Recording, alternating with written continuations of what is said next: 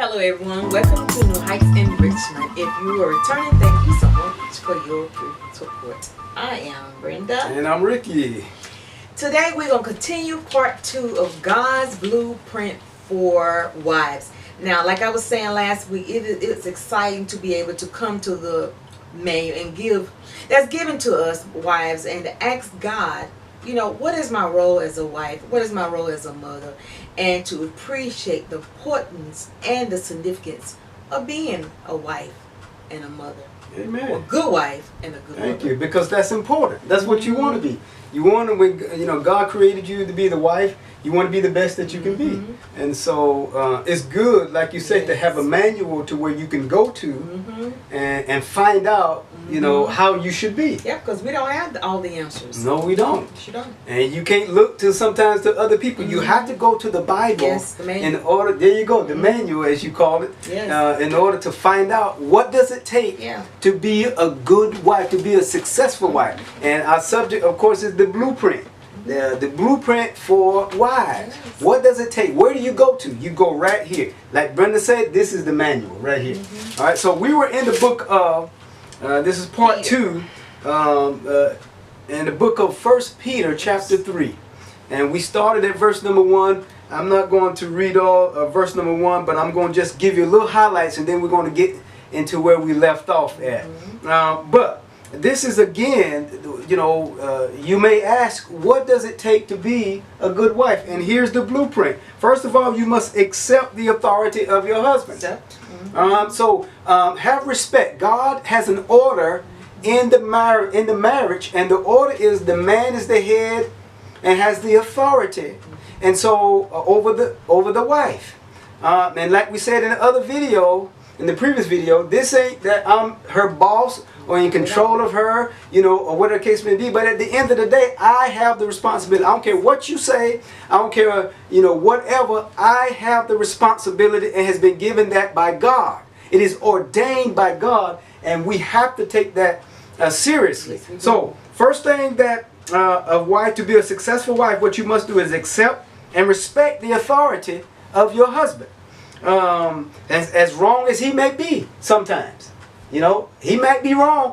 He might not make all the right decisions, but at the end of the day, that's your husband, and God has given him the authority, and you have to respect that in order for that to be a successful marriage. And then as he goes before the Lord, yes, that's true. His answers. Yes, that's true. Yes. That's a very good point. Now, and he has to be spiritual enough to go before God, and seek the Lord for answers, and then come back and convey to the wife that, hey, this is where the Lord is leading me, and the wife, should submit. Yes. But yeah, you are correct. As the husband is the head, because Christ is the head of the husband. So, it ain't that I don't have no head over me. Christ is my head. I submit to Christ's authority. And then the woman submit under the man. That's the order. That's God's order. Amen. So that's the first thing.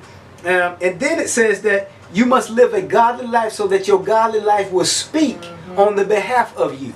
Your life will speak on your behalf.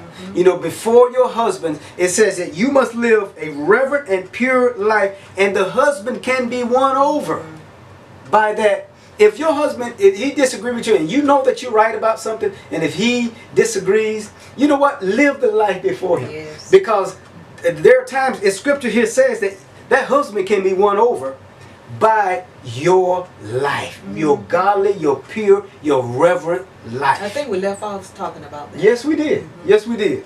And so we're going to continue on with that. That's a powerful life. And as I think I said in the last video, you can get what you want from your husband. You can get what you want from him. Yes. If you go to him, if you live that pure, that reverent life before God, that godly, that quiet, that gentle spirit that before God and before your husband, if you live that way, you can get anything you want. I'm telling you, you can get anything you want out of your man, out of your husband.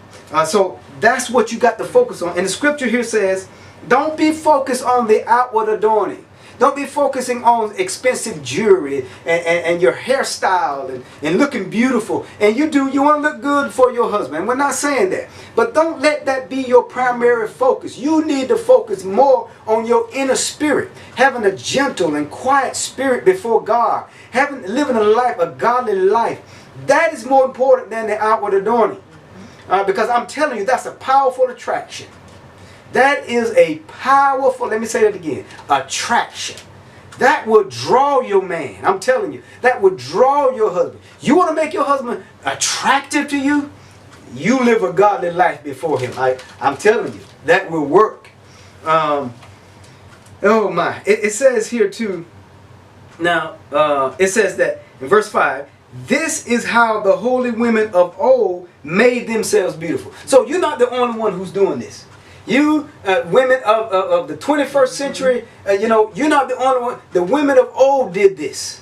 This is how they made themselves beautiful, by living a reverent life before God and before their husband, so their husband can see that they're living a pure and godly life. This is what they did. So there is precedence here. They did it, and if they can do it, you can do it as well.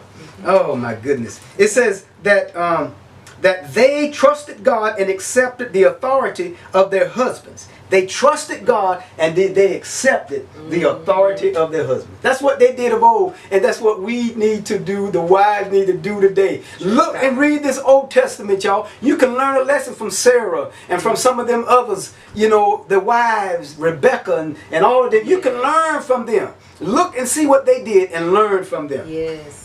And maybe we know why Isaac and how them loved their wives. How they loved them. As God loved the church. That's why they loved them. Because they lived that life. Because they were submissive to them and to their authority. They wasn't their slaves. No. They made themselves beautiful by living a godly, reverent life and being submissive and obedient to the authority of their husbands. So Lord have mercy. So true. Don't you know when you submit to your husband, you're submitting to God? It's an issue of authority. That's what it's about. If you can't submit to your husband, then how are you going to submit to God? To his authority. You see what I'm saying? There's an order here, y'all. Oh man, this time. How much time we got, brother? We got a couple more minutes. Okay. Exactly. Okay. Oh wow. Let me. And that's pretty much it. And it says Sarah called Abraham master. Yes. Lord. And it says you are their daughters if you do what they did. Amen. I'm gonna let you close it out. Amen. Oh, as I said in the last video, foundational to all of this is having a personal relationship with our living God. Amen. Let's pray. Father, we pray that you touch again in the name of Jesus. Help them to be successful wives. Everyone that's listening, touch them in Jesus' name we pray. Amen. Amen. And if you were blessed by something that was said here today, share our video with a family, friend, co-worker, whoever. We thank you so much for tuning in to our video. And if you have any video topics, please leave them in the comment section below. And we also welcome you to email them to us as well at NewHeightsEnrichment.com. God bless you on today, and we will see you in future videos. Amen.